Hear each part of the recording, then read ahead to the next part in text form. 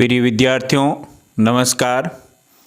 आज हम इस क्लास में पढ़ेंगे कक्षा 12वीं की अनिवार्य हिंदी की गद्य भाग का दूसरा पाठ बाजार दर्शन। गद्य भाग का दूसरा पाठ है बाजार दर्शन। बाजार दर्शन पाठ के लेखक हैं जैनेंद्र कुमार। तो मैंने आपको बता दिया है कि ये प्रश्न अति महत्वपूर्ण है कि बाजार दर्शन पाठ के लेखक कौन हैं, जैनेंद्र कुमार, और बाजार दर्शन पाठ है वो किस प्रकार की विधा है। तो आपका सही उत्तर होगा निबंध। यानी बाजार दर्शन पाठ है वो हिंदी गद्य साहित्य की निबंध विधा है और बाजार दर्शन पाठ के लेखक हैं जैनेंद्र कुमार। इनका जन्म 1905 में अलीगढ़ उत्तर प्रदेश में हुआ। कभी कभार ये भी प्रश्न पूछा जा सकता है 1 नंबर का कि बाजार दर्शन पाठ के लेखक जैनेंद्र कुमार का जन्म कब और कहाँ हुआ। तो आपका उत्तर होगा इनका जन्म सन 1905 में अलीगढ़ उत्तर प्रदेश में हुआ। और एक प्रश्न ये भी बन सकता है कि बाजार दर्शन पाठ की भाषा शैली क्या है। तो इस पाठ की भाषा शैली है अन्वेषणात्मक शैली। और प्रश्न है बाजार की जादुई ताकत हमें गुलाम बना रही है। वस्तुनिष्ठ प्रश्न आ सकता है कि बाजार की जादुई ताकत हमें क्या बना रही है। तो आपका सही उत्तर होगा बाजार की जादुई ताकत हमें गुलाम बना रही है। फिर है लेखक ने जैनेंद्र कुमार ने बताया कि बाजार है कि एक शैतान का जाल। यानी प्रश्न आ सकता है कि लेखक ने बाजार को शैतान का जाल क्यों कहा है।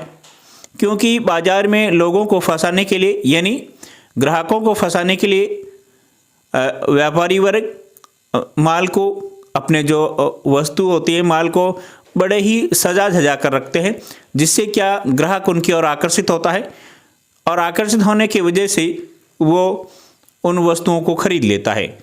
तो लेखक जैनेंद्र कुमार ने बाजार को शैतान का जाल कहा है, अर्थात बाजार में ऐसी वस्तुएं दिखाई जाती है जिनकी चमक दमक को देखकर ग्राहक उनकी प्रति आकर्षित होते हैं और खरीद लेते हैं। इसलिए लेखक ने बाजार को शैतान का जाल कहा है। फिर अगला प्रश्न बनता है मन बंद हो जाएगा वह शून्य हो जाएगा, शून्य होने का अधिकार प्रश्नार्थक किसे कहा गया है। यहाँ इस पाठ में शून्य होने का अधिकार किसे कहा गया है। तो आपका सही उत्तर होगा शून्य होने का अधिकार परमात्मा को कहा गया है। फिर लेखक कहते हैं कि मेरे पड़ोस में एक भगत जी रहते हैं और भगत जी पर बाजार का जादू बिल्कुल नहीं चलता। ये भी प्रश्न आ सकता है कि भगत जी पर बाजार का जादू क्यों नहीं चलता। तो आपका सही उत्तर होगा भगत जी पर बाजार का जादू इसलिए नहीं चलता है क्योंकि वह संयमी है, यानी उनका व्यवहार बहुत संयमित है। और आपके लिए सार्थक बाजार जहाँ, यानी सार्थक बाजार का क्या अर्थ है, जहाँ निश्चित मूल्य पर वस्तु मिलती हो। यानी ऐसा प्रश्न भी आ सकता है कि सार्थक बाजार का क्या अर्थ है, जहाँ निश्चित कीमत पर मूल्य पर आपको वस्तु उपलब्ध होती हो। फिर ये प्रश्न बड़ा ही महत्वपूर्ण है कि मनुष्य को ऐसे कौन से दुर्गुण हैं जो उन्हें घायल कर देते हैं। मनुष्य को असंतोष, तृष्णा, ईर्ष्या, बाजार की चमक दमक है वो उन्हें क्या कर देती है, घायल कर देती है। प्रश्न आ सकता है कि मनुष्य के ऐसे कौन से दुर्गुण हैं जो मनुष्य को घायल कर देते हैं। तो असंतोष, तृष्णा, ईर्ष्या और बाजार की वस्तुओं या बाजार की चमक दमक घायल कर देती है।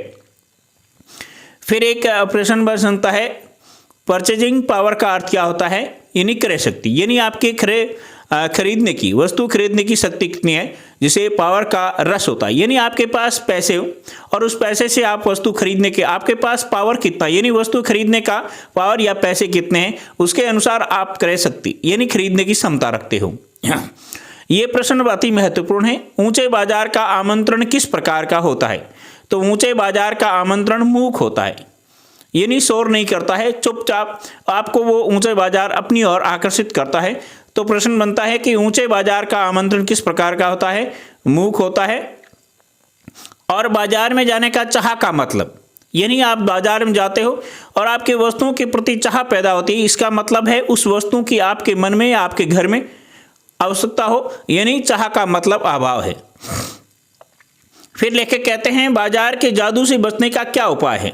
यानी जब भी आप बाजार जाओ तब खाली मन ना हो, यानी लेखक का कहने का यह तात्पर्य है कि आप बाजार जब भी जाते हो तो आपका मन पूरा तरह भरा होना चाहिए, खाली नहीं होना चाहिए। यानी आपको किसी प्रकार की चीज़ की आवश्यकता नहीं होनी, यानी पूरी तरह आप संतुष्ट होने चाहिए।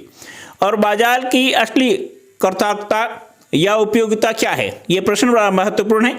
बाजार की असली उपयोगिता यानी आवश्यकता के समय काम आना, यानी आपको किसी वस्तु की चीज़ की आवश्यकता हो और उस समय वो बाजार में उपलब्ध या मिल जाती है, तो बाजार की असली उपयोगिता या बाजार की असली ताकत क्या है, आवश्यकता के समय आपके काम आना। फिर लेखक कहते हैं कि मेरे पड़ोस में एक भगत जी रहते थे, वो चूरन बेचने का काम करते थे। इस प्रश्न के नीचे भी अंडरलाइन कर लीजिए, प्रश्न अति महत्वपूर्ण है। वस्तुनिष्ठ प्रश्न आ सकता है कि भगत जी बाजार में क्या बेचते थे, चूरन बेचते थे। भगत जी के बारे में कहा जाता है कि भगत जी कभी भी 6 आने से ज़्यादा चूरन नहीं बेचते थे, यानी अपने घर से नित्य रोज निकलते थे और बाजार जाकर के 6 आने से ज़्यादा चूरन नहीं बेचते। यानी प्रश्न ये भी बन सकता है कि भगत जी रोज बाजार में चूरन कितने पैसे की या कितने आने की बेचते थे, तो आपका सही उत्तर होगा 6 आने से ज़्यादा नहीं। और जब उनके पास चूरन बच जाती थी, यानी 6 आने की चूरन बिकने के बाद वो जो बाजार उनके पास जो चूरन बचती थी उन्हें बालकों में यानी बच्चों में मुफ्त निःशुल्क बांट दी जाती थी। आगे प्रश्न ये बनता है, लेखक कह रहे हैं भगत जी पर बाजार का जादू चलता नहीं है। यानी लेखक ने बाजार को क्या कहा है, जादू का है। यानी ये बाजार का जादू यानी वस्तुओं की चमक दमक, वस्तुओं का आकर्षण भगत जी पर बिल्कुल नहीं चलता, क्योंकि भगत जी बड़े संयमित होते हैं। प्रश्न आ सकता है कि भगत जी पर बाजार का जादू क्यों नहीं चलता, क्योंकि भगत जी बड़े संयमित व्यवहार के होते हैं, उनका मन खाली नहीं रहता है, किसी भी आवश्यकता वस्तुओं की उन्हें आवश्यकता नहीं रही। लेखक ने यहाँ तक लिखा कि उन्हें जीरा वगैरह की यानी जिस वस्तु की उन्हें आवश्यकता होती है वो फॉर्चून की दुकान पर जाते हैं और अपना सामान खरीद कर ले आते हैं। अन्य बाजार जो विलासित जीवन की वस्तुएं हैं वे भगत जी को अपनी ओर आकर्षित नहीं करती है, इसलिए भगत जी पर बाजार का जादू बिल्कुल नहीं चलता है। फिर ये प्रश्न भी बड़ा महत्वपूर्ण है कि भगत जी का आचरण समाज में शांति और समता की स्थापना करता है। यानी भगत जी के आचरण में समाज में शांति और समता स्थापित करने की शक्ति है। इसलिए है कि जिस प्रकार भगत जी का मन पूरा भरा रहता है, उन्हें किसी वस्तु की चाह नहीं रहती है। यानी वो बाजार अपनी आवश्यकताओं की वस्तु खरीदने के लिए जाते हैं, पर उन्हें जो जरूरत होती है वही खरीदते हैं। उन्हें वो बाजार की वस्तुएं, विलासित जीवन की वस्तुएं उन्हें अपनी ओर आकर्षित नहीं कर पाती है। इसलिए भगत जी का आचरण है वो समाज में शांति और समता स्थापित करने वाला है। फिर प्रश्न है बाजारूपन का आशय, यानी बाजार की ऊपरी चमक दमक और कोरा दिखावा अर्थात व्यवहार का सस्तापन, जिसके कारण व्यक्ति की किसी स्तर पर उतर सकता है। यानी बाजारूपन का आशय है कि जब व्यक्ति बाजार में जाता है, उसके खरीदने परचेसिंग पावर होने के बाद वो वस्तुओं की चमक दमक देखकर किसी भी स्तर पर खरीद सकता है।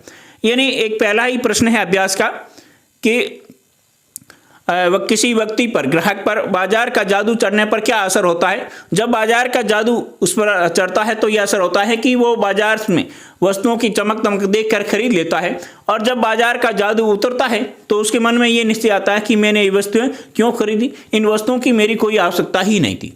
इस प्रकार ये था दूसरा पाठ बाजार दर्शन। यानी ये बाजार दर्शन पाठ लेखक हमें यह संदेश देता है कि हमें संयमित जीवन जीते हुए हमारी आवश्यकताएं, जो वस्तुएं हमें बिल्कुल लगे कि हमारे जीवन में इन वस्तुओं की आवश्यकता है वही खरीदें। वस्तुओं में बाजार की चमक दमक या आकर्षण को देखकर न खरीदें, जिससे आपका जीवन संयमित नहीं रहेगा। ठीक है ना। ये थी आज का दूसरा पाठ बाजार दर्शन।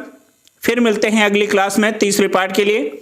तो आप भी मेरे चैनल को लाइक कीजिए, अधिक से अधिक शेयर कीजिए, ये आपके लिए बहुत ही उपयोगी साबित होगी। धन्यवाद।